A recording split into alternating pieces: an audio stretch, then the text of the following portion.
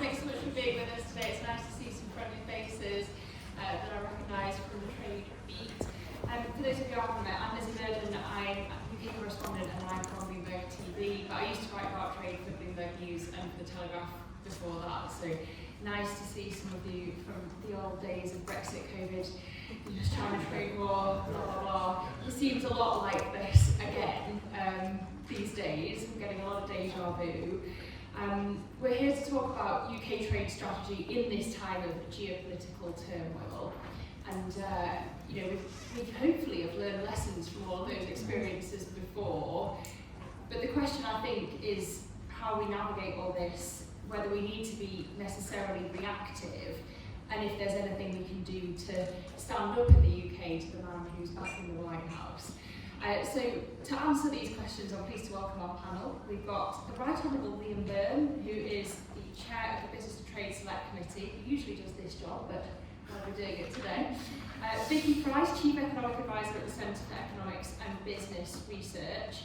John Alty, who's former Director General for Trade Policy at the Department for International Trade, as it was from 2016 to 2021, and Marley Morris, who is Associate Director for Migration, Trade and Communities at the IPPR, to whom, of course, we're very grateful for facilitating this discussion. Thanks all of you for giving us your time today. There's loads to ask you. I've got loads of questions. I'm sure that everyone in the room's got loads of questions. But first, if you could just give us your vantage point on the mess we're in, so that we can kind of understand where you're coming at it from. So Vicky, I'll start with you. Okay, well, I think so much is being written about the extraordinary situation which we're finding ourselves in, and everyone is trying to put some figures to it. So what's going to happen to growth? But of course we don't know, because there's a huge amount of uncertainty about is President Trump going to flip-flop again? What is going to be the reaction of various countries? What we have seen so far is some attempts to estimate what the impact of those tariffs, even if the pause continues forever, the 90-day pause, which is supposed to come to end in July. The IMF has decided that it's not going to wait for that. It has already downgraded its forecast for world growth, quite significantly actually, so below 3%. It has downgraded the US because it expects that it's going to be one of the worst hit. Downgraded the UK to 1.1%. So still growth, but nothing like what we saw before. But of course, there are already estimates of recession in the US, not estimates, but certainly forecasts. And it's interesting what we've seen in terms of the data on a monthly basis. Because there was quite a lot of activity in the early part of 2025 and the late part of 2024. A lot of industrial production in various places, including in the UK, where car production actually went up significantly for a bit.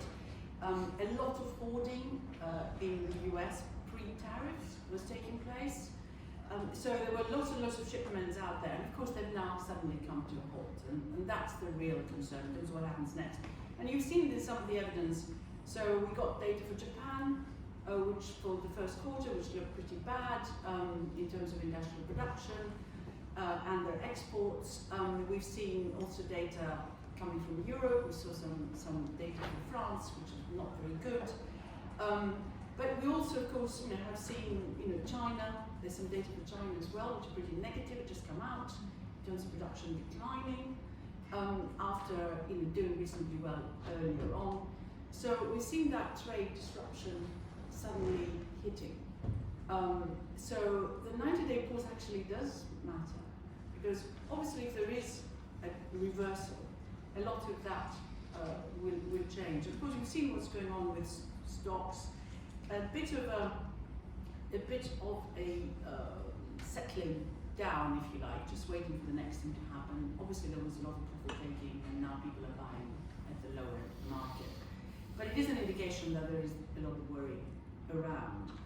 So, just looking at what it means for the world economy in the longer term, if there is indeed, as a result of all this, a change in terms of production facilities moving to the USA, or changes in putting together your iPhones by Apple from China to India, which could perhaps make a lot of sense anyway, you see this distortion of trade happening, but if there is, as a result of that, a reduction in trade intensity, we've seen that already in the UK, where it lowers, because of Brexit, the growth pattern of the UK economy. You can see that for the world as well. And in fact, we have, since the financial crisis really, seen this deglobalization taking place, which has also meant that we have not gone back to the growth rates we used to have, about 4% of the world economy.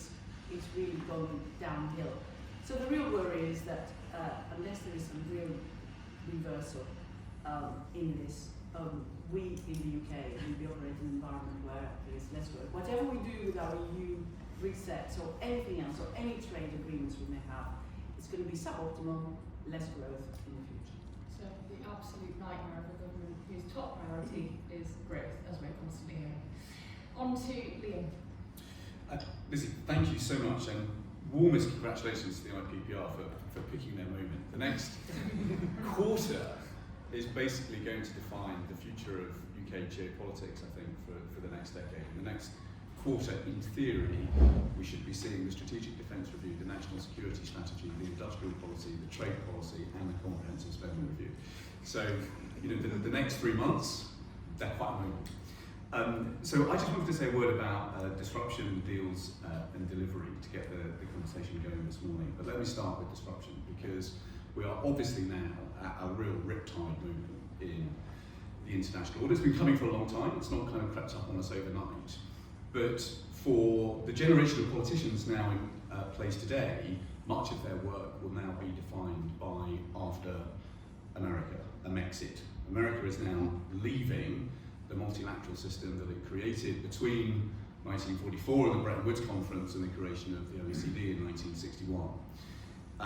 And if you haven't seen it, it is definitely, if you're looking for comfort, worth looking at a brilliant piece in Foreign Affairs this week by Mary Woods, the founding dean of Blavatnik, who makes a simple point that, look, you need a hegemon to create a multilateral system. You don't need one to run it. And so what the next year or two are going to be defined by are, in lots and lots of different spaces, coalitions of the willing coming together to basically take on the mantle of American leadership. And so we now have to give ourselves comfort by looking at the truth that you've got to look beyond the supply side of power, and you need to look at the demand side for order. And if you look at those smaller, open trading economies who need guards against anarchy and discord, they're about 80% of global GDP. And what you're now about to see are those nations, those blocs coming together to safeguard against revanchist behaviour like Russia, to deepen trade ties, and to crucially remember that we've also got a development and climate agenda that we need to advance as well. So, one mustn't be disheartened, because actually the role of the UK has now got to shift to becoming a system enabler of this new system that is about to safeguard peace and prosperity for the next 20 to 30 years.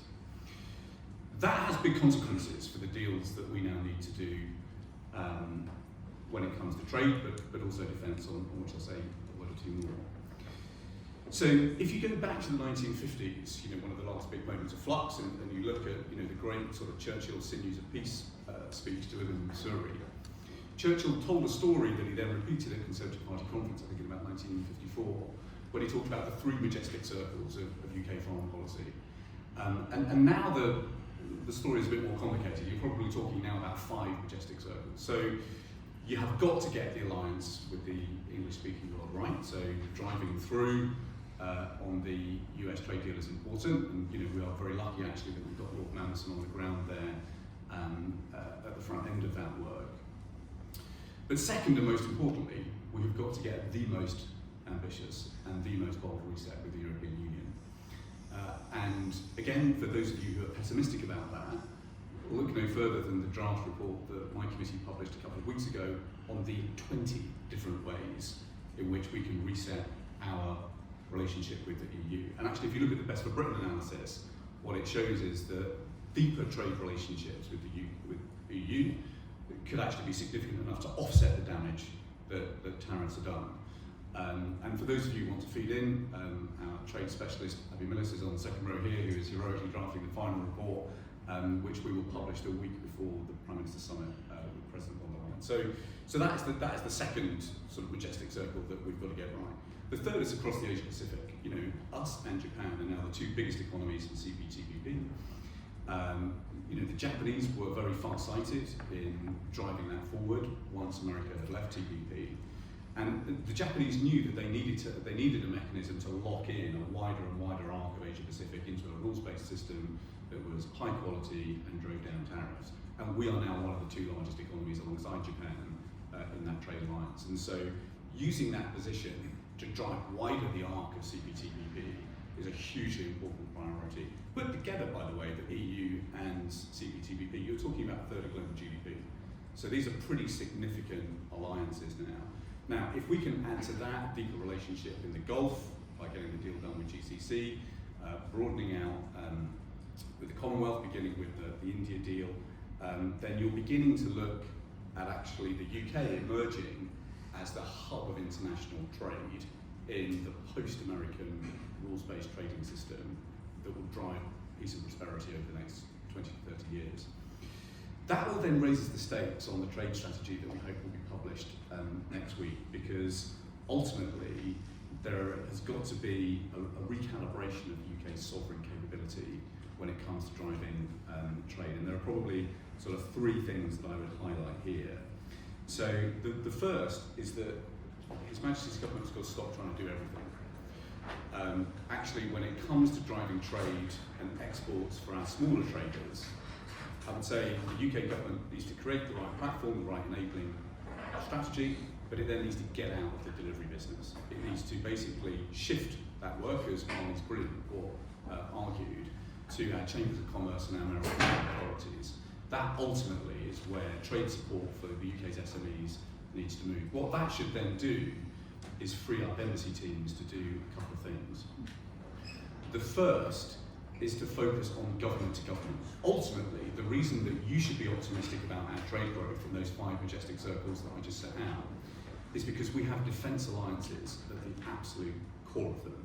If you think about Euro-NATO, if you think about AUKUS, in particular AUKUS Pillar 2, if you think about GCAP Tempest, if you think about the Firepower Defence Alliance, if you think about our long-standing defence alliance with Saudi Arabia and other allies in the Gulf, at the absolute core of this new trade system is a system of trusted trade, because we are working together on defence alliances. And so, where I disagree with Marnie's report, you know, I like what Marnie's got to say about driving hard on the Green Industrial Revolution. I think that is an important priority, but the absolute core of it is to drive much harder behind our defence alliances.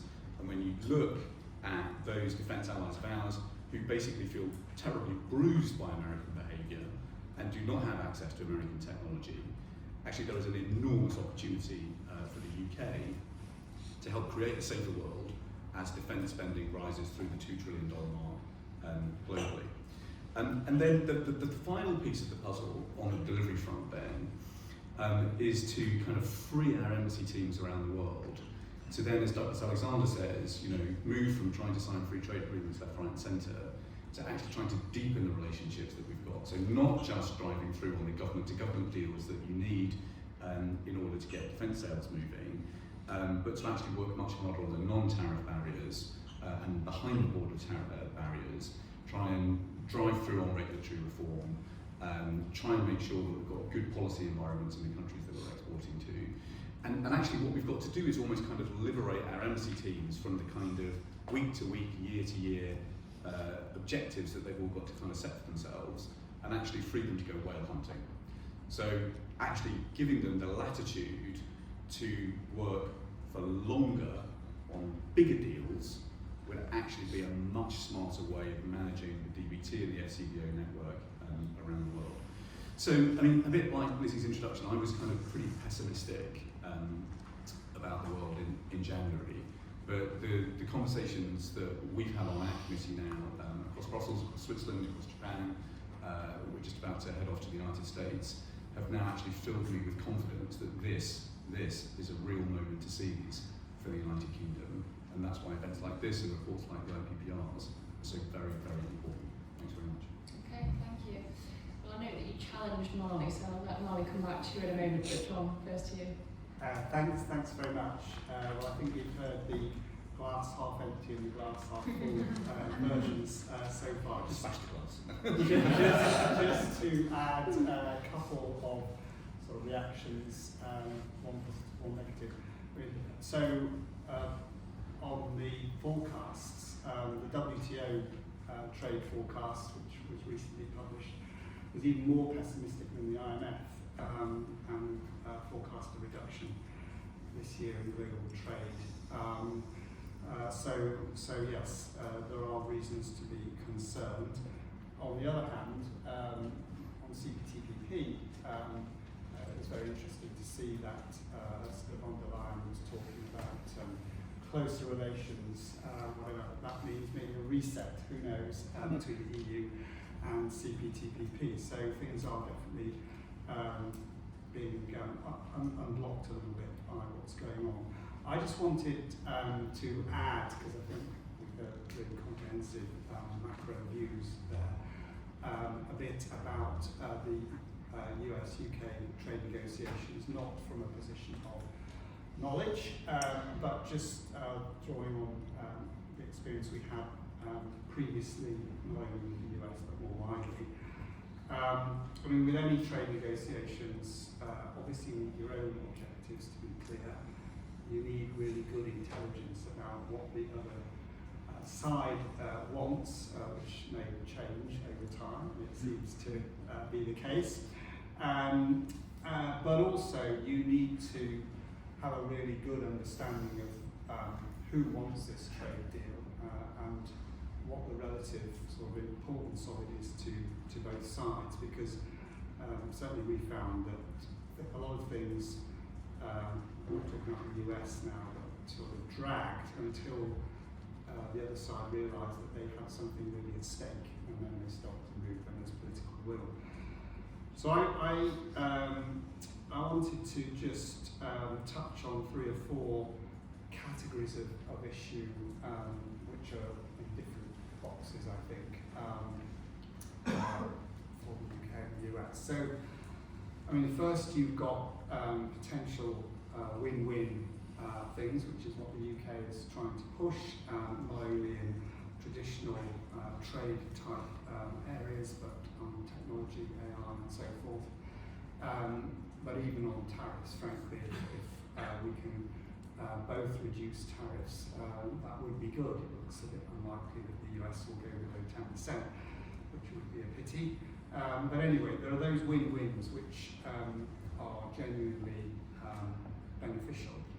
There's then a category of issues where UK may be being asked to constrain its relationship with other countries or other blocs. So we've seen talk about food standards and the impact on the deal with the EU.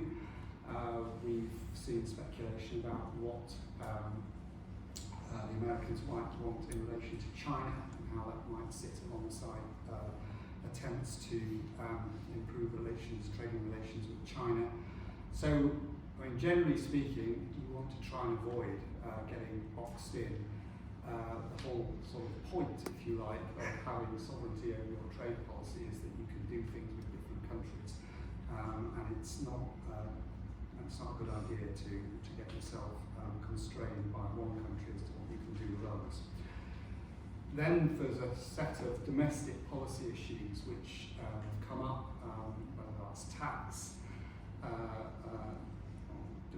regulation or whatever, and there it is really a question of judgment for the government about what is the prize, how important is it, what happens if there's no deal, and you can flex your domestic policy to the degree that you feel it's justified. And then finally, there are the sort of category of what I would call PR triumphs, where you identify things that are going to be seen as great wins by the other side, but don't actually cause enormous problems. So, I mean, we've seen quite a lot of comment about agriculture tariffs, which are very high in the UK.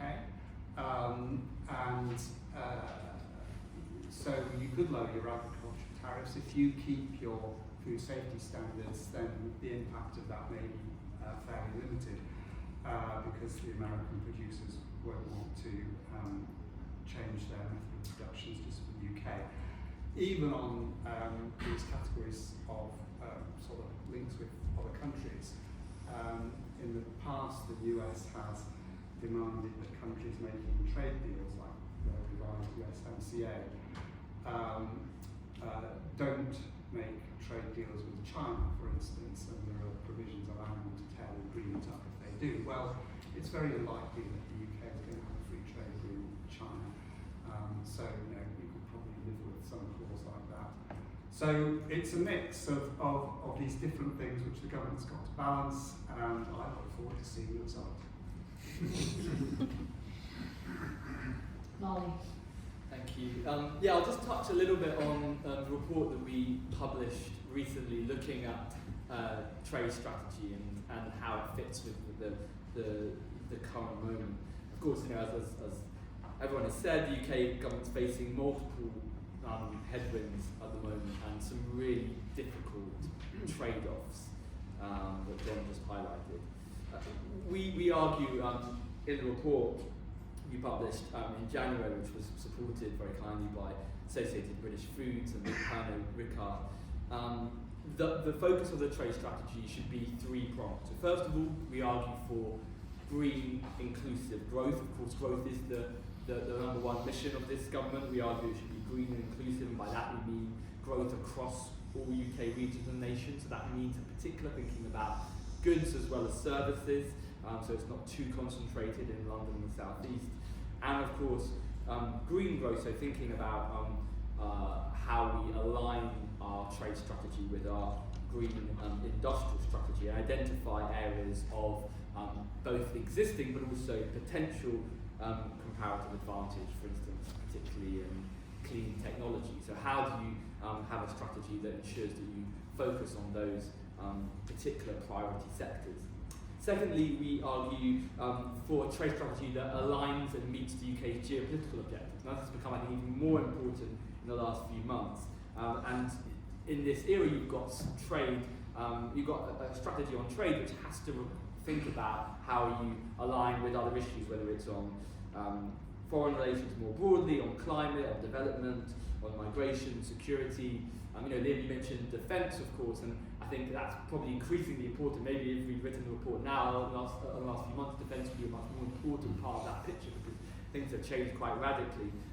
We tried to preempt some of the Trump developments, but it's very hard to predict all of them. And then I guess the final one, I think, which again has become more important since Trump, is securing economic resilience.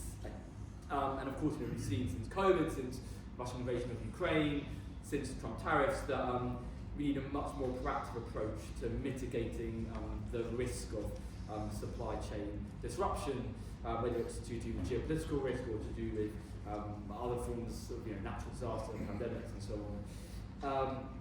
And in particular thinking about industries that are critical to our economic and national security, such as energy, defence, food, communications, of course healthcare in relation to the pandemic. So the government has a quite difficult balancing act to think about. On the one hand, growth and growth that supports our climate and environmental objectives, but also thinking about economic resilience, so that when shocks do occur, the UK that those shocks are mitigated because the UK has a diverse range of suppliers and it can respond effectively. So we talk in particular about three areas where action can take. I'll please look at the report in full to see the full breakdown, but I'll just touch on a few different ideas we talk about. So first of all, on the unilateral actions that the UK can take without deals with other countries. Liam mentioned, of course, a new programme of export support, which will be delivered locally by the Chambers of Commerce or combined with our strategic authorities. So that we think is a really important part of reforming our approach to exports, so that it's not delivered simply by central government, but delivered on the ground locally by experts in those regions or in particular sector specialists. We also think that there needs to be a reform of our trade defence regime as well, particularly in light of some of the recent developments. So that includes thinking about reforming the economic interest test, the Trade Remedies Authority, but also thinking about how we respond to economic coercion. I mean, the EU's policy on economic coercion, it's an anti-coercion instrument. Maybe originally it wasn't intended just for the US, but clearly now it's particularly relevant, and I think the UK can think about something similar. Doesn't mean it needs to be used, of course, and I think the UK is right to engage with the US closely at the moment, but I think having an approach to deal with these types of challenges and threats is clearly much more important now than it was a year ago. Secondly, as already been discussed, deepening ties with the EU. There are some real positive signs ahead of the summit on the 19th of May. There are a number of clear asks which I think the government is already committed to, whether it's a veterinary agreement with the EU. I think there are other things as well that we've talked about. So, for instance, a mutual recognition agreement on conformity assessments, mobility chapter to make it easier for professionals in the UK to work temporarily in the EU. That's beyond just usability, but looking more generally at flexible mobility or provisions for service providers.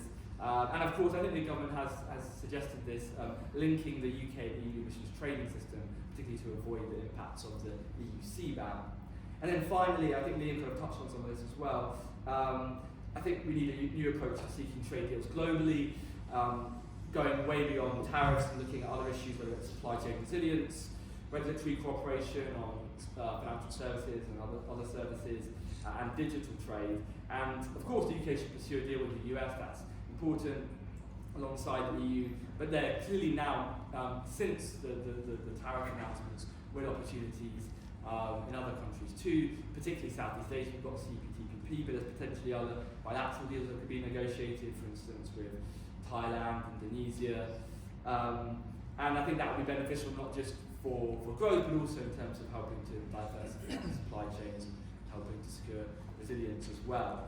And then the final thing I'll just touch on is that, I mentioned at the beginning, there clearly are some really difficult trade-offs the government face. And I think, John, you mentioned obviously a couple there around whether you harmonise regulations, for instance, on agri-food, obviously whether you change your domestic policy to help to support negotiations on trade. I think that's kind of become quite clear with any progress in negotiations with the US, for instance, on tech.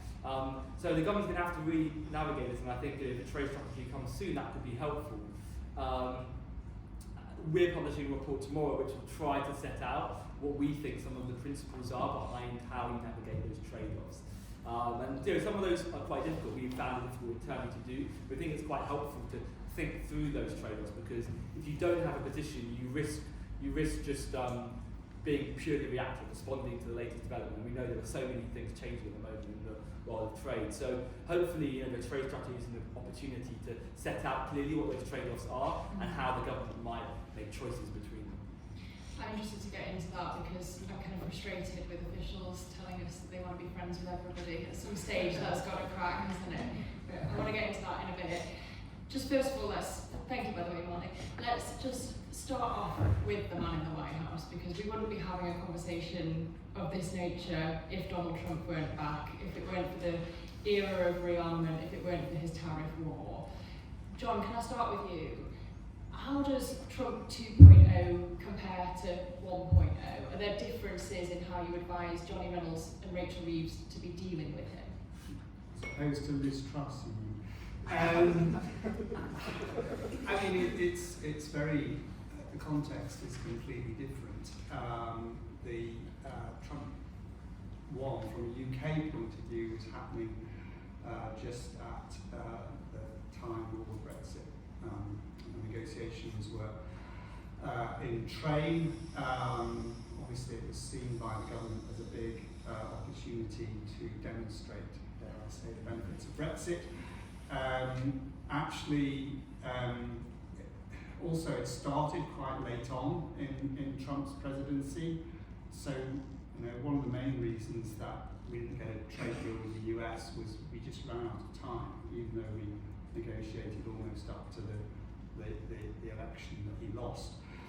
And obviously, there are lots of differences as people more widely commented about, the action he is now taking compared with, and the people he's surrounded with compared with the people then. So, that was, whether it would ever have happened is another matter, but it was a genuine, normal trade negotiation starting from a position of trying to open up markets on both sides. Whereas obviously we're now in a completely different position where he's sort of torn up the rule book, and as Vicky was saying, there's a lot of potential doom and gloom about the economy. Well, on that point, policy changes moment to moment on Truth Social. It's hard to keep up. Just overnight, for example, to celebrate the 100 days, we've got these carve-outs for autos, but then Trump also saying China deserves the tariffs and effectively admitting that it amounts to a trade embargo. Molly, do you think that we can take comfort that Trump seems to be increasingly sensitive to the market reaction to his policies? And do you think that maybe we're past peak tariff and maybe we're past peak uncertainty? I think it would be very foolish to argue that. I'm not convinced. No, I think there's obviously tariff potentially on pharmaceuticals, on semiconductors. I think still plan to come unless anything's changed in the last 24 hours. I don't know. Hard to keep up. I think it sounds like these sort of deals that Trump is making, perhaps after the 90-day pause, there'll be some kind of arbitrary decisions around where tariffs will be imposed, where they won't be, based on whether the administration is happy with what they're hearing from individual countries. So I think it's still a huge amount of uncertainty. I agree that I think, clearly you're right that the president is responding to some extent to the markets, but I think it's still going to be extremely uncertain for business. And that's part of the challenge, I guess, that businesses don't know because it's so unpredictable. And the president wants a huge amount of power to be centred within him personally, then that creates inherent uncertainty.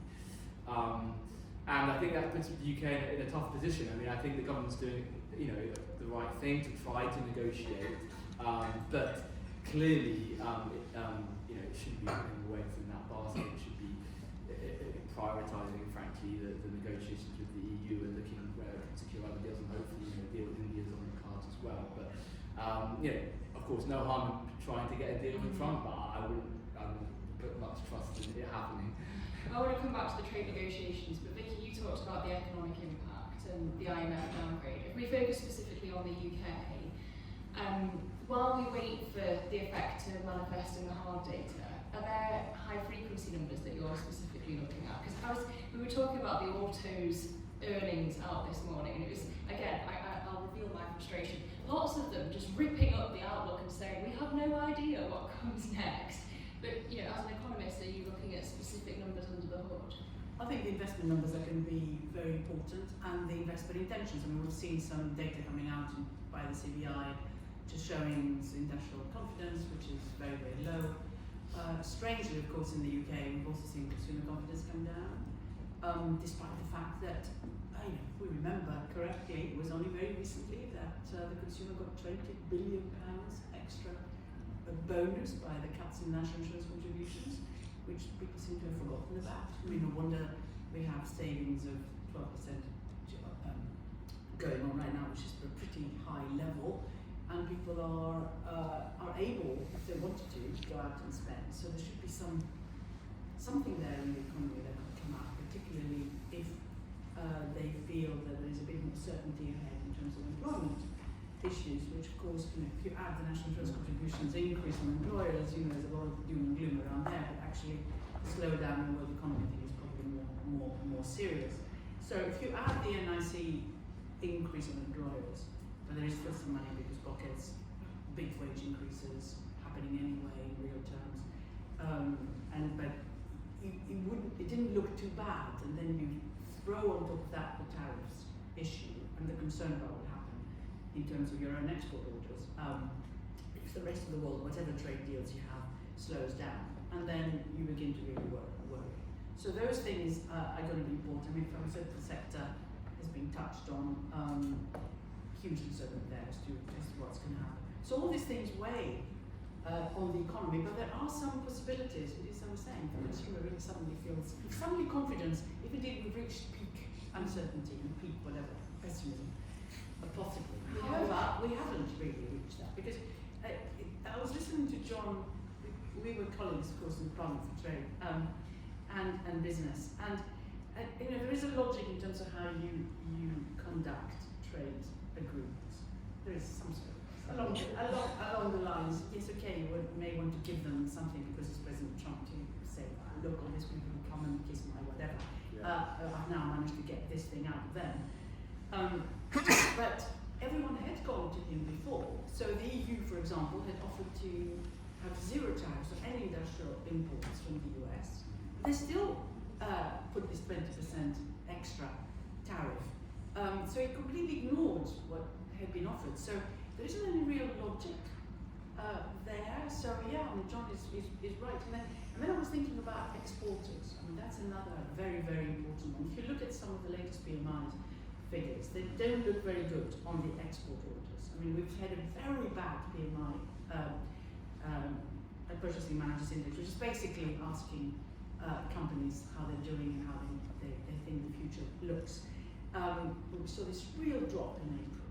I mean, that's very, very worrying for the economy, and that is all the uncertainty that we're talking about. But you have, Liam just talking about what you can do with embassies encouraging SMEs in particular to perhaps divert their trade, and which is another thing we need to really work on. We've already seen a real life example with Brexit, where a third of SMEs, according to the British Chamber of Commerce, have stopped exporting to the EU. You could, of course, improve that by improving things with the EU, but the cost of doing something new in those areas, in Southeast Asia, wherever it is, for a small firm, are quite significant, so you're not going to get there. What is more, we've gone through a period, I'm afraid, if we can look at austerity again and how embassies have been run, where the support for trade, and it happened during our time there, John, when you were working under the previous government, where you got cutbacks in the support for exports in various embassies. So that doesn't really exist to the extent that it did before, and that's a real problem in terms of re-establishing that type of activity and certainly ahead, if you like, in the support. Yes, there's been a bit of extra money on the export side, but just been put by regimes. But I think a huge amount more is to encourage. Well, that brings me back, Liam, to my original point, which is that we've been through COVID, we've been through Brexit, the war in Ukraine, the US-China trade war, we've had Trump in office before. Wouldn't you expect everyone to be better prepared for this? What are businesses saying to you when they come in front of the committee? I mean, I don't think anybody necessarily predicted, quite what President Trump has put into effect. But John is right. It's basically moved from political improv to a political project. I mean, that's the shift between Trump 1 and Trump 2, and that old canard that you've got to take President Trump seriously, but literally, actually, we need to take him literally. And I think we can now see this. But I mean, you've got, I think, two levels to this. One is that it is completely unpredictable day to day what is going to happen.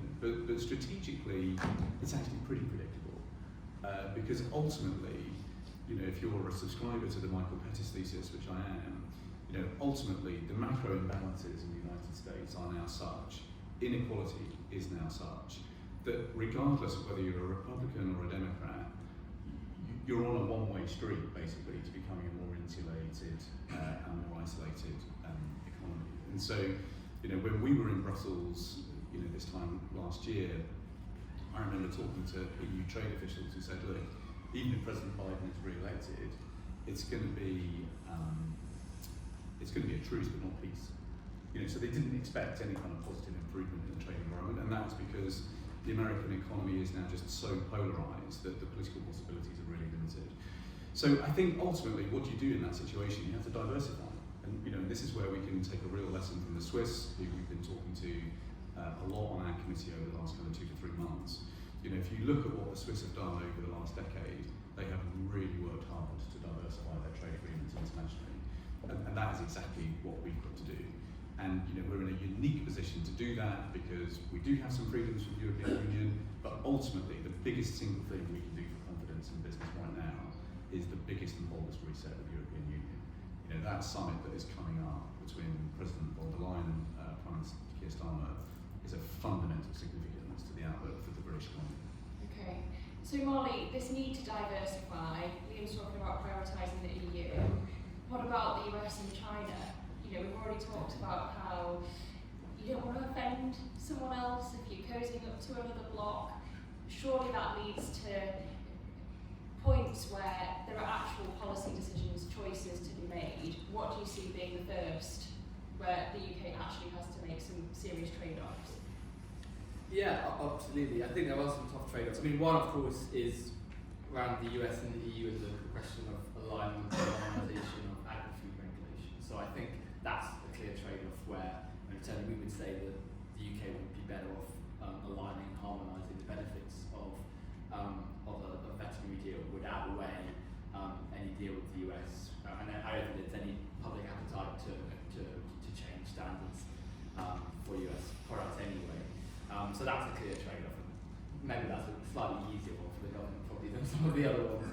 I think with the US and China, it's probably a bit less clear exactly what the US is asking the government at the moment in terms of the relationship with China. Clearly, the UK wants to position itself well with both at the moment. I do think there's a kind of wide argument with China in any case to want to, because that's part of the resilience objective, to try to diversify in any case. So I think, yes, I don't think the UK government should be going out and its way to damage relationships with China, but I think it should be trying to pursue other trade deals with other parts of Southeast Asia, through CPTPP and so on, to try and reduce dependency on China, and that might help with its relationship with the US as well.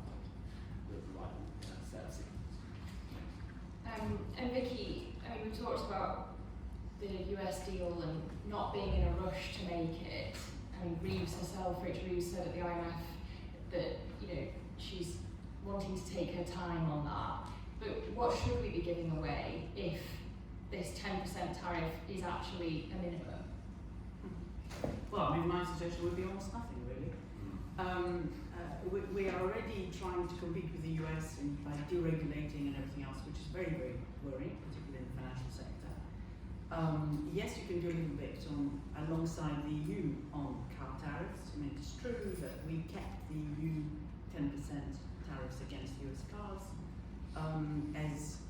whereas the US is only 2.5%. Well, we had offered to reduce all that. That's already happened, more or less, and the EU had done the same.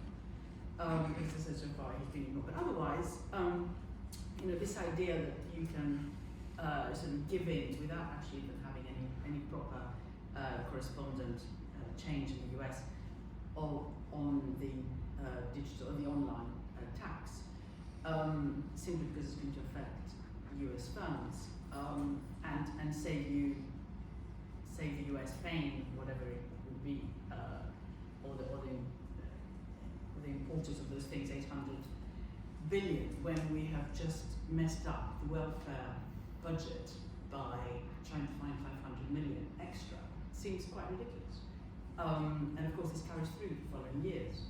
So my suggestion is as little as possible, but perhaps stick to what John was saying, offer something shiny, which President Trump can say, look, I'm doing it. I can't do the text. Yeah, about it as well. But as I said, this is a real issue. But what I really find fascinating is the EU's attitude, which is already preparing retaliatory measures against the US should they not sort of succeed in whatever it is that they're trying to do, whatever it is they're trying to strategy which is not fantastically clear. As I said, there are often lots of things which so far have been ignored, but it is this anti-coercion instrument which is fascinating as to how it can be used.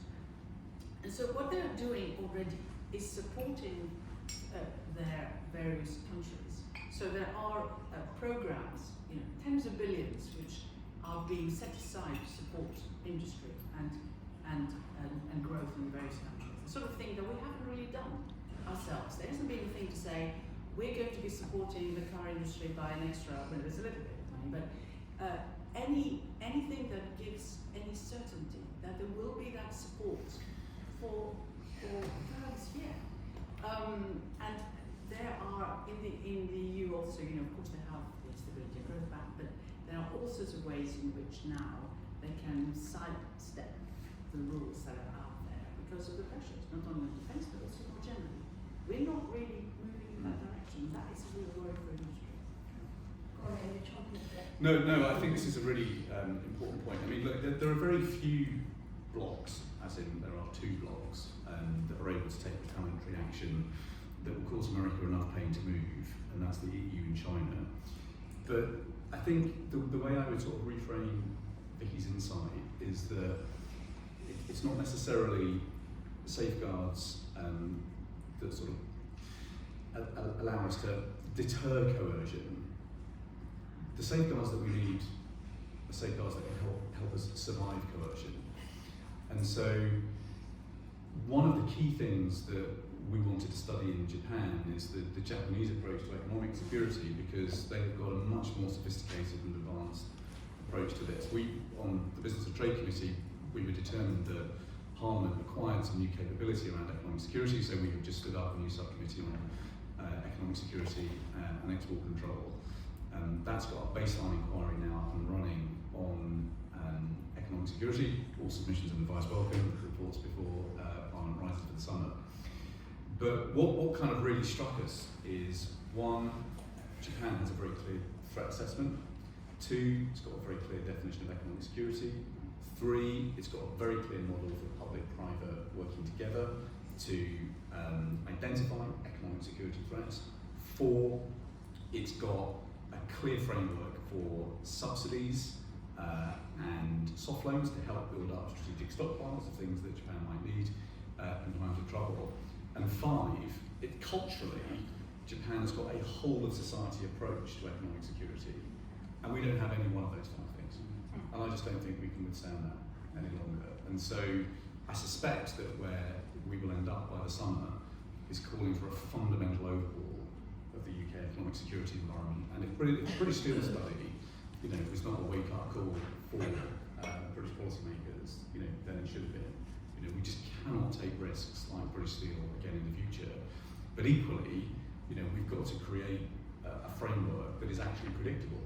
And so when it comes to China, making sure that we've got clear safeguards on carbon, clear safeguards on labour standards, clear safeguards on security and investment security.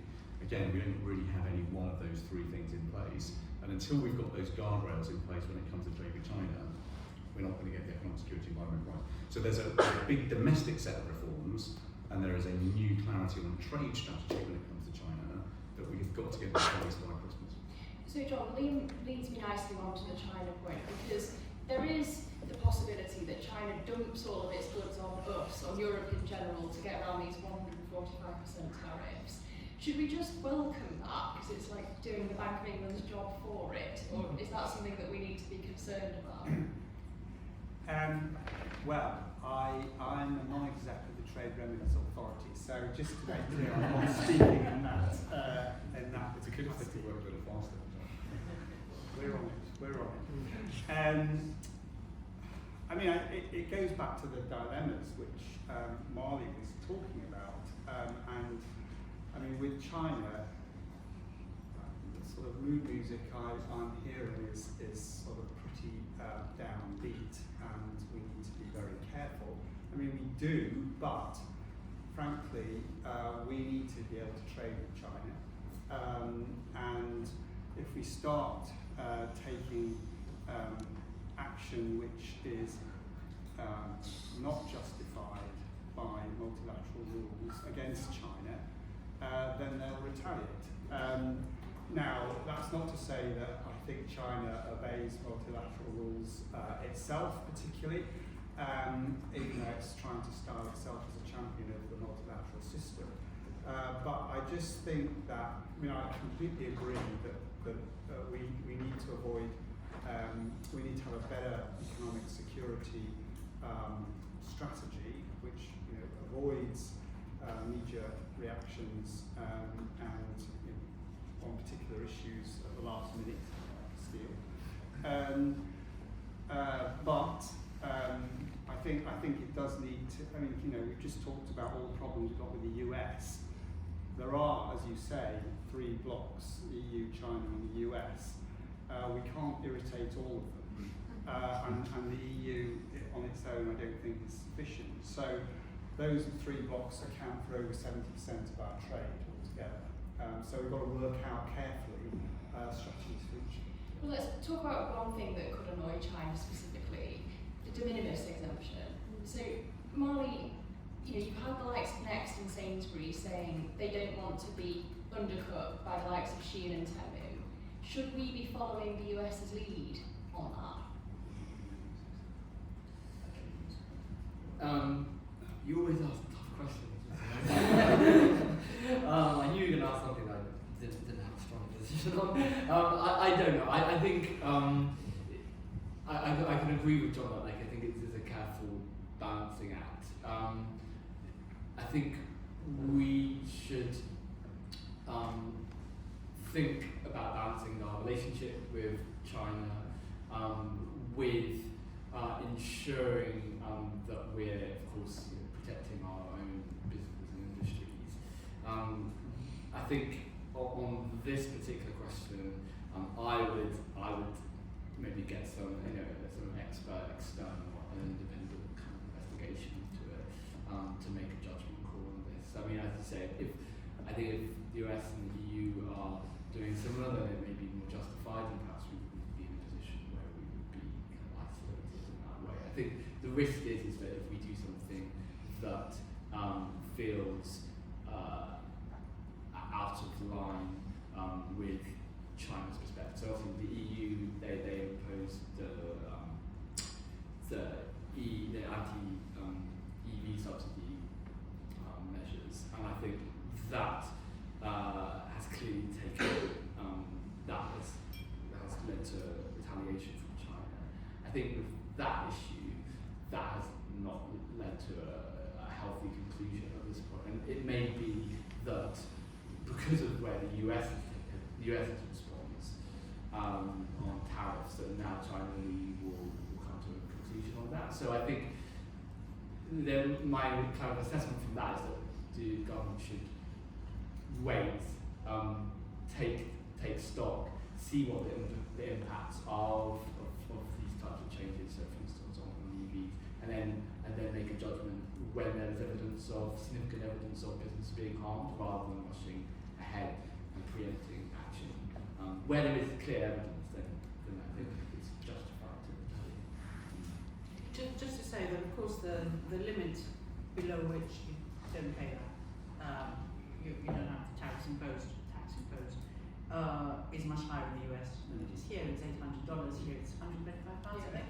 Now, of course, the real problem is that the EU is intending to do that itself. So if we're going to have a reset, and we're going to have to do probably what they do.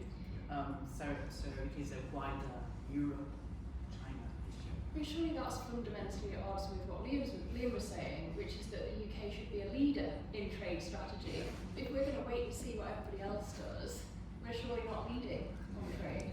Yeah, sorry, in this particular case, of course, if we are going to be working with the EU, which is one of the things that Liam said we should be doing, then we have to a considerable extent, allow. I'm guessing. If I can zoom out, I should say, to international institutions.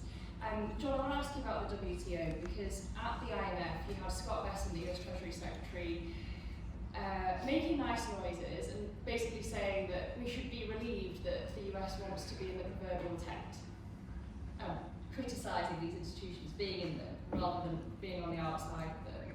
Do you take comfort from that? Andrew Bailey, the Governor of the Bank of England, has taken comfort from that. And how relevant is the WTO and international organisations in general, institutions in general, in this moment? I mean, I don't take a huge amount of comfort because the US has not been helpful. Well, as Ian was saying, they led the creation of these institutions. Frankly, over the last 10 years, they've been, in relation to WTO anyway, progressively undermining it. Again, not only the US, but they certainly haven't played a leadership role. And I don't see, the fact that they're not leaving doesn't lead me to suggest that they're going to revert to the sort of engagement they had before. So I think, unfortunately, and the point about maybe we don't need a leader to maintain the system in the same way as we did to set it up. I mean, I'm not sure about that. The world has changed since the WTO was set up. We now have many large economies with very different perspectives. Previously, when these trade rounds were agreed, if the US, Japan, and the EU could agree, they could just push things through. They can't do that anymore. So I think we are going to have to rethink sort of what we expect from these international institutions. And just finally to go back to the coalition of the willing point, which again I think is a good one, but we didn't talk about China too much in that context. So there are limits to coalitions of the willing. I think there are two things though that the UK definitely can, with others, play an important role in. One is that there have been these agreements under the WTO on e-commerce and other things, which many of which have more or less been agreed, but some countries are blocking them actually being sort of linked to the infrastructure of the WTO. But that sort of thing needs to be pushed forward, and possibly some of the blockages, so they are sort of second order blockages in my view, might be overcome. And then there's the, so those are sort of linked to the multilateral system, and then there's the regional or sectoral stuff that happens outside that, so CPTPP, regional blocks, obviously the EU is a regional bloc in that sense, and just trying to, and I think there will be enthusiasm amongst other countries to either join those blocks or to link to them in some way. So I think there are two different ways that we can try and make the most of the coalitions of the willing. Well, on coalitions of the willing, you bring me on to defence, and it's something that you touched on there. Isn't it kind of true that the UK is taking cover from Trump and changing its values in certain ways? In the sense, we've seen the UK devoting some of the aid budget to defence spending. Do you see that happening more? That actually, because Trump is in the White House, we are doing things that signify a shift in our values? It's a good question. Let me just come back first on the point about coalitions of the willing though. So, ultimately, we are moving from a world where the hegemon provides stability. That world is not coming back. If you think about the Fukuyama book, sort of presaged in 1989 about the end of history, within about 5 years, President, when Jiabao was in London talking about a multipolar world, so that moment is gone, and it's not coming back. And what was very striking in Washington last week at the spring meetings was, you talk to Kristalina or AJ Banga about the reviews that are underway as to whether the US is going to stay in the World Bank and the IMF. They had absolutely no idea. The US has not appointed executive directors at the Bank or the Fund. They have not appointed assistant secretaries to watch over and lead US responsibilities for the IMF and the World Bank. So, there is just America is not coming back into the leadership position that it once occupied, and so the best hope that we've got for peace and prosperity this century is that you do move from the hegemon providing stability to the kind of concert power system that characterised Europe after 1815. And we're not there yet, but we're kind of on a journey towards that. And so we have got this sort of slightly messy period of history ahead of us when we are basically going to be kind of doing our best to build regional blocks, to hedge against risks, to build international alliances. And it's going to be quite a messy and kind of unfortunate period. But trying to provide the hard power at the core of that helps safeguard peace is going to be important. Now that does entail a step up in defence spending, but I think it is an error to cut back on development spending. And the UK should be doing far, far more to make creative use of the special drawing rights that we were given. We share 25% of our special drawing rights at the moment compared to 50% in Spain, 40% in Japan, 30% in China and France. We are not using the proceeds that we get back from the European Investment Bank to help build a bigger World Bank balance sheet. There are things that we ought to be doing multilaterally to grow the development space, because look, you've got to remember that we are hopelessly off course to meet the SDG goals that we agreed for 2030. We've got maybe 60% of people living in poverty who are now in fragile and conflict-ridden states. We've got 50% of people in poverty facing the peril of extreme weather. There are real problems, especially in Africa, that if we don't step up and strengthen the multilateral development institutions that we helped create in 1944, we're going to be, I think, in real difficulty ahead. And what's going to happen, and AJ Banger makes this point really eloquently, there are at least 700 million people about to join the labour market in the developing world over the next decade. At best, we forecast 200 to 300 million jobs are going to be created in those places. What do we think is going to happen? You're about to get the most extreme pressure on international and illegal migration in the next decade, unless we start taking some really concerted action in the development space. So, I think the UK government's got to be really careful about trying to make these zero-sum trade-offs between defence and development. We need 10 times more creativity than I'm afraid I think we've seen from the government today. Okay, and Vicky, I just want to end with you, because the point is about values, ultimately. Do values go out of the window when you've got to react to trade policy constantly? Does trade policy necessarily become reactive in this climate, or is it possible to have coherent principles? So when you say values, you mean trying to meet some of the important things you said you have in your strategy in terms of the type of world you want to see, about climate change and things like that? Which speaks to what Marley was saying in the report. How much have we even mentioned the environment in this conversation? Well, human rights, Okay, unfortunately the truth is that if you don't get growth, you can forget about your values because you can't achieve them. So at the end of the day, economists will tell you, you need your growth.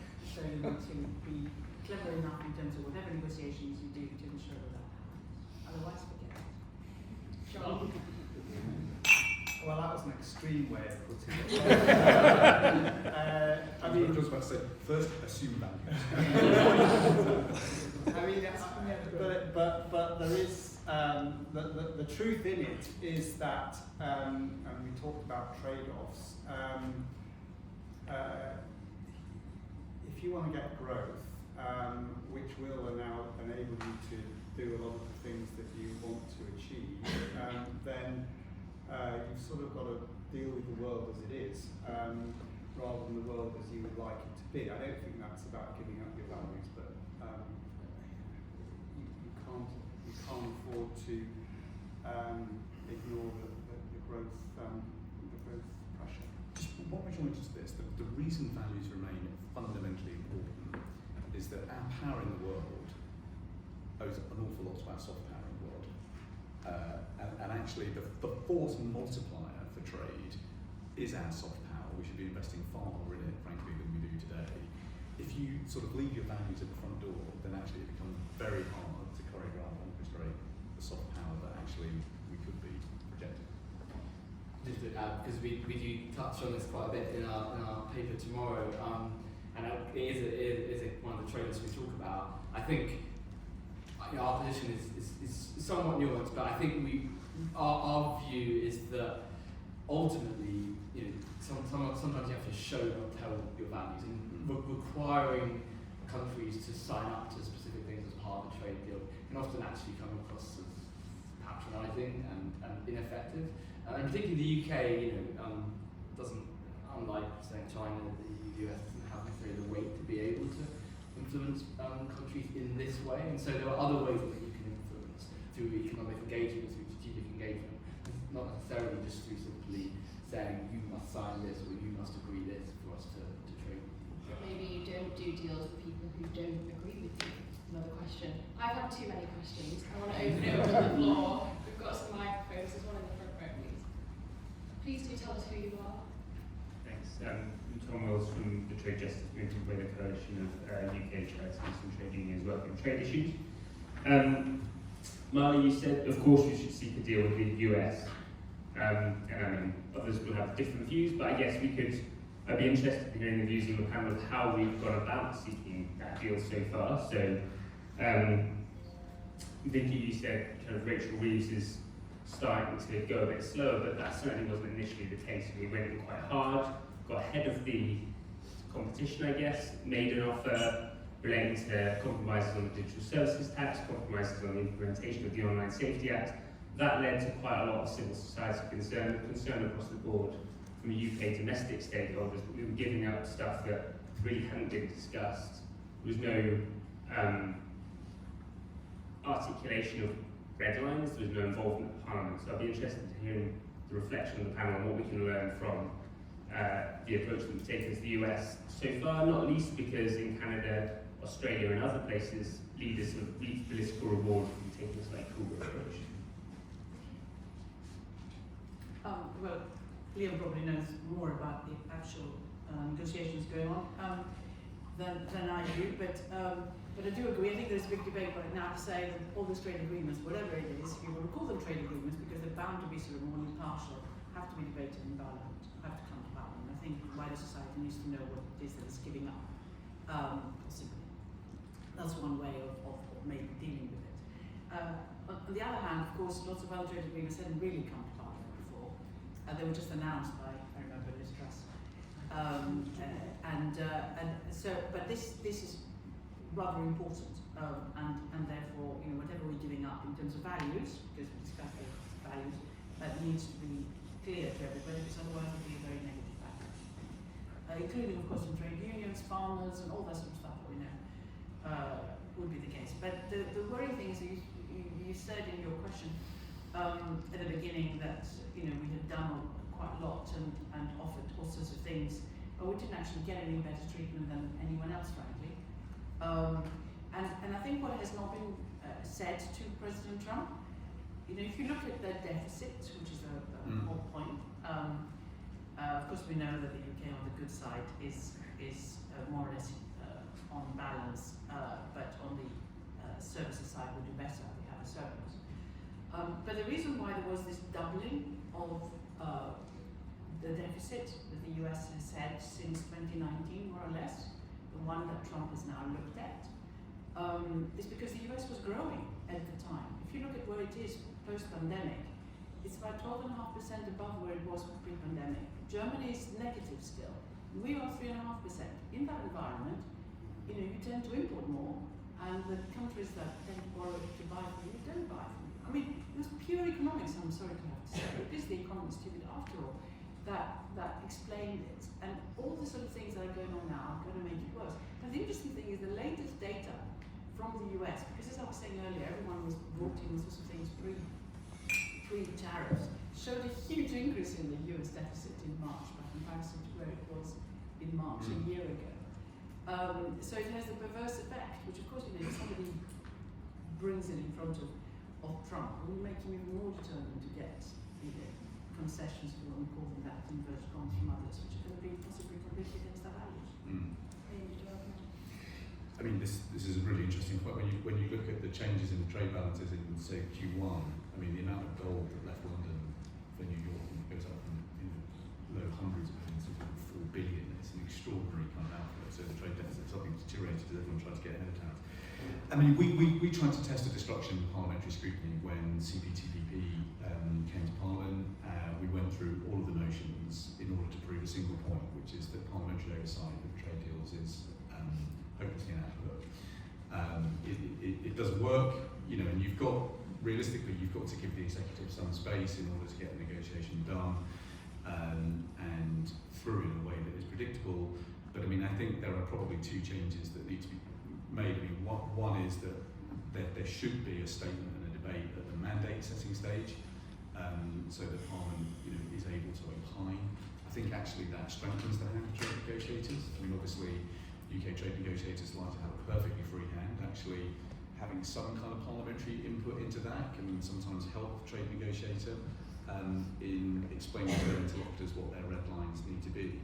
And second, I do think there should be an up-down vote on the final trade deals that come to Parliament. Again, I mean, given that we do live basically in an elected dictatorship, you know, ultimately the executive is always going to win those votes by and large. But the forcing mechanism of having an up-down vote on these trade deals is something that is an important safeguard and crucially allows you to do two things. I mean, it allows you to unpack what is actually in the fine print.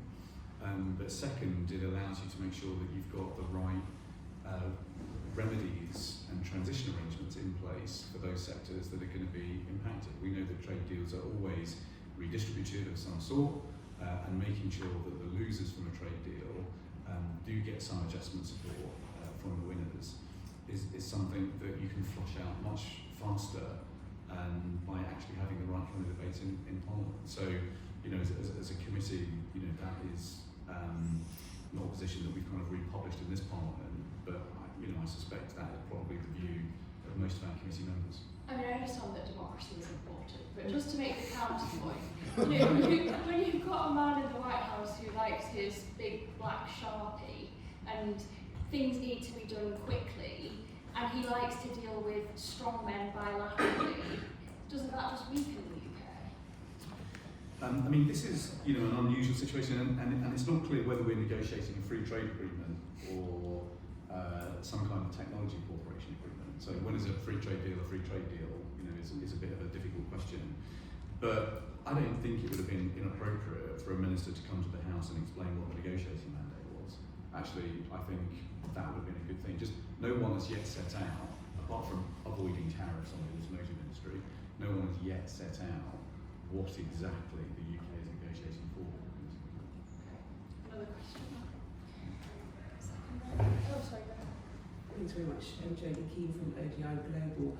Really good to hear Africa coming up in the final part of your conversation, because you've all spoken about how geography matters, about soft power, about English-speaking countries and so on. Of course, we've got the Commonwealth, majority African states, majority also least developed countries, extremely vulnerable to climate change and so on. So I would really like to hear a bit more, you know, what can we expect an African strategy, how will development and climate feature in the discussions with the EU, particularly thinking about a reset, because what I've heard is you know, a lot of focus on the UK and how to mitigate the damage from Trump, but it's also about how the UK can also help other countries mitigate the damage from Trump, particularly in Africa. This is one thing that actually comes up in our report tomorrow. Again, one of the kind of challenging trade-offs that we discuss is around CBAM, or kind of generally kind of environment, trade and development trade-offs and tensions. And we try to frame it effectively as a trilemma. On the one hand, you have your environmental objectives. Second, you have an objective to create a level playing field for business. And thirdly, you have this objective to build relations with the global south, to support other objectives and so on. And those three things are very hard to do all at once, and CBAM effectively, you can see why, you know, the implications for development are really concerning. So we try to, our principle that we developed for that is effectively to say, well, we think that there should be some exemptions for CBAM to provide that support for, particularly for countries that are least developed, and we think that is necessary in order to build those relations with the global south, because otherwise you won't be able to hit the climate and environmental goals that we need to do globally through consensus. So that's kind of answer all your questions, but that I think is some of the thinking that we've been doing around the links between climate, trade, development, where we think actually a different approach is needed to where the EU has gone, which actually does say factor in development much more carefully to how you develop these tools that impact on importers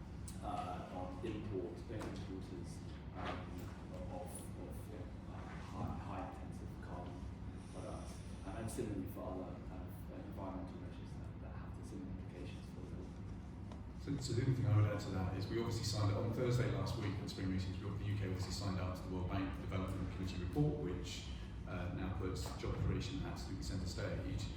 Having signed up to that, there are now sort of 2 or 3 things that we need to do to tease that through. One is, as I've said, we need to be far more ambitious about the way in which we expand World Bank capacity, bigger World Bank balance sheet, and rechannel SDRs in a very ambitious way.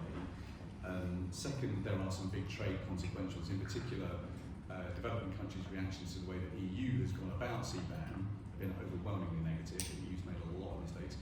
It is important that we create a single CBAM and emission trading scheme with Europe as part of the reset, but actually we've got a lot to actually work through with Europe about getting that right for developing countries. And then third, we've obviously got to work a hell of a lot harder creating more fiscal space for developing countries that are now all facing upward pressure on bond yields as a result of what's going on in America. Because debt distress is going to rise quite sharply this year. We should be taking a far bigger role in the sovereign debt roundtable. We should be changing the way that debt contracts issued in London are written, so that the private sector is required to participate in some of those restructuring discussions. And so again, there's a lot that we've got to kind of work through, I think, as a result of that new strategy agreed in Washington last week. Well, I was just going to say that we have reduced our development budget, so I'm afraid that's going to be affecting quite a lot of countries. And indeed, if for whatever reason the World Bank is emasculated by Trump, then that's going to make life considerably harder. The thing about CBAMs, it was mentioned, which is basically the sort of carbon adjustment mechanism. The IMF had in any case already suggested, I think the EU would take that on board, different rates of extra tariff charge for developing countries, so they would be less affected, hopefully. Having said that, there was one of the reasons why everybody imported huge amounts of coffee over the last year, and prices went up so much. It was, of course, a problem also of climate change and the fact that there were bad harvests in Brazil and Vietnam in particular. But nevertheless, it's because the EU is also having another directive that it was going to put forward, which is the deforestation one, which will affect quite a lot of those countries that you're concerned about. And they postponed it by a year. So it'll be interesting to see whether that type of pressure sort of continues. And prices therefore go up and down like that as a result. So there are these issues which countries need to be looking at, and I think the EU policy is completely clear. And if we're going to be aligning with them, it will have an impact on these countries. Just to follow up with this sort of CBAM and the exemptions and so forth. So first, there are precedents for treating certainly the least developed countries on intellectual property different from developed countries under TRIPS WTO rules. I think it will be interesting, it will be a very interesting test if the UK does align itself with the EU CBAM system, but has reservations about the way it works, whether there is any scope really for the UK to influence what the EU does, because we can't influence it in this sort of quite detailed regulatory area, then it doesn't bode well for other areas. There's one here, second, please. Thank you. Thank you. Sophie in Politico. I just wondered, with the EU summit coming up, what kind of alignment should the UK seek with the EU, and could that potentially undermine its ability to strike agreements not just with the US but with other trading partners? Liam, it was you who said that we should prioritise the EU. Let me refer you to the brilliant report that we have published a couple of weeks ago, which sets out, you know, the 20 different ways in which we can reset. So I think, you know, what really struck us is when we were taking evidence on this is the number of UK sectors who just say, look, just give us the maximum possible regulatory alignment with the EU. You know, there are a couple of sectors, say technology would be one example, where people are looking for, you know, a degree of freedom and latitude, but even then, you know, people are kind of happy with a more sort of principle-based approach to the way regulation evolves. So tech and AI was probably the one exception where people were looking for a degree of freedom and latitude. And you know, quite how you do that, you know, there are a range of different ways. I mean, I think we agreed in the report that the best way to express this is to maximise compatible regulation. And what you're trying to do there is provide as much certainty as possible to business. I mean, you know, in a world of uncertainty, what business is just screaming for right now is certainty. And so publishing 10-year regulatory roadmaps that can show how you're going to maximise compatible regulation between the UK and the EU sort of helps you square the circle. That was the best formulation that we could come to square that circle about whether we're a rule taker or a rule shaper. But I mean, the evidence that we got was pretty compelling, that business is looking for certainty, it's looking to maximise compatibility, and it would like that on a long-term basis, please. So, I mean, we've been just really pleased with the response we've had. So we published this report as a draft report, which is very unusual for a select committee, but we felt that the government really should have produced a green paper of its own ahead of that reset summit. I can understand why the government didn't want to do that, so we did it for them. You're welcome. And so, you know, that report is now being finalised, and that will come out the week before the summit. Yeah, just a couple of points. Look forward to reading the report.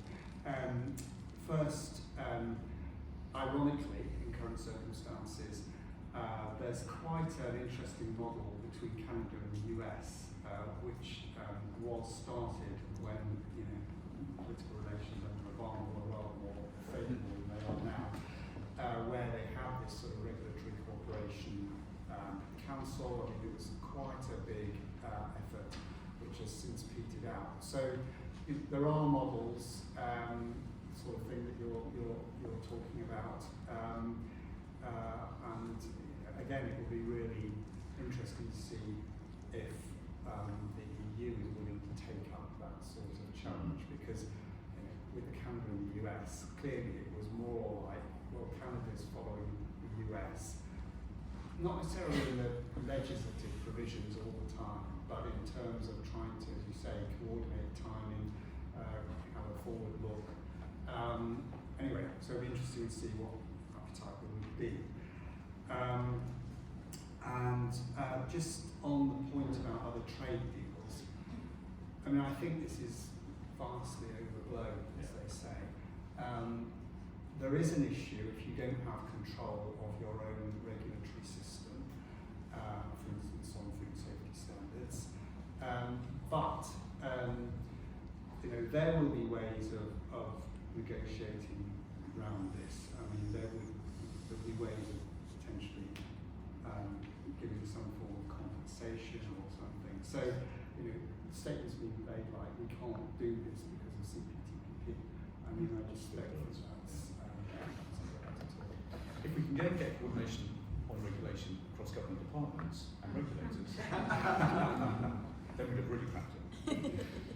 John, you bring up Canada, and you just remind me of something I wanted to ask you, which is, now that we know it's Mark Carney as Prime Minister, and given that we basically started his career at the Bank of England, she's got a lot to thank us for. What are the opportunities for UK-Canada trade now, when, you know, they keep joking about how rather than being the 51st state, Canada should join Europe? What can we hope to get out of this? Well, I would hope we could hope to actually finish the negotiations that we started. We have a trade deal with Canada. both sides committed to upgrade that because it was a rollover agreement. The Canadians, unlike the Koreans, then decided that when there were some transition provisions in it, when they ran out, they would just sort of come down with the shutters, and so the UK stopped negotiations. I can't see any. I can see lots of incentives, new incentives for the Canadians, but also incentives for us to pick up again and get an even better deal. I was just going to add that Switzerland has managed it quite well. It's now got a sort of complete regulatory affinity with Europe, and can still export and do what it wants elsewhere.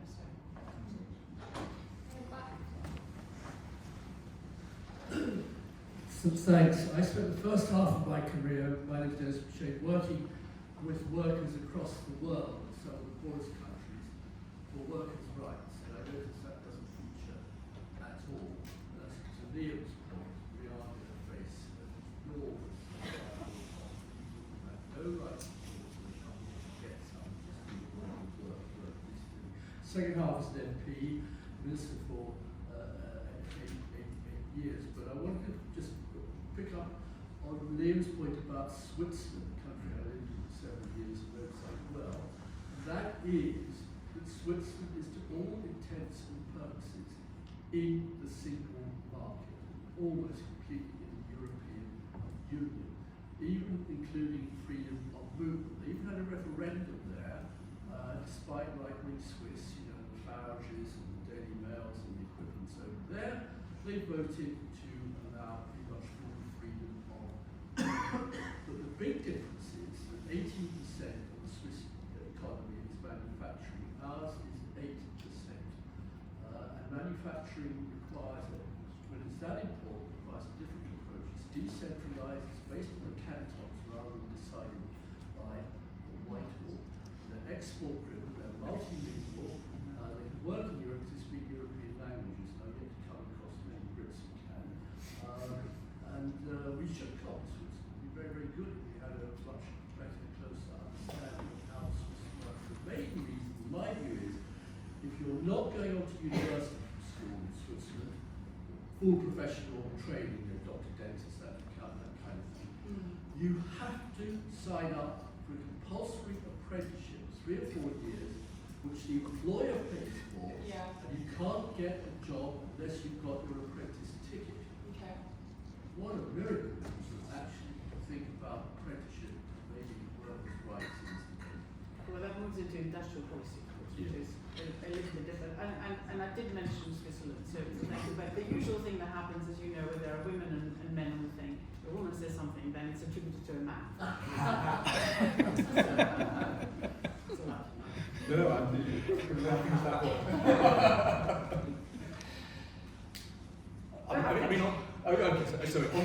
On Switzerland, I mean, I think the deal they signed on free movement obviously contravenes the red lines that Labour set out in the manifesto, and I think it's it's not job finished on Swiss and free movement. I think they've got a referendum next year, which is going to be quite significant on this, and I just don't think you would get a Swiss-style agreement on free movement past the British electorate anytime soon.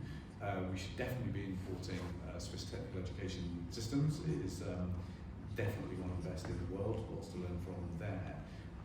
But the other thing that is really interesting with Switzerland is the deal that we've got on financial services and the way that we've got mutual recognition of equivalence in the regulators for financial services. We don't have mutual recognition, we have equivalence. Equivalence rather is something that I think we could learn from in lots of other places too. And in a way, one of the reasons the UK's Swiss free trade agreement is so important is that I think it could be a pace setter for some of the things that we could be doing with Brussels. And if we can use advances in that bilateral relationship for both us and the Swiss to influence DG trade to be rather more imaginative, then I think the world will be a better place for that. Okay, we're conscious of time. Plenty of food for thought, lots to read, lots of reports to read. But thank you all so much for all your insights. Thank you all for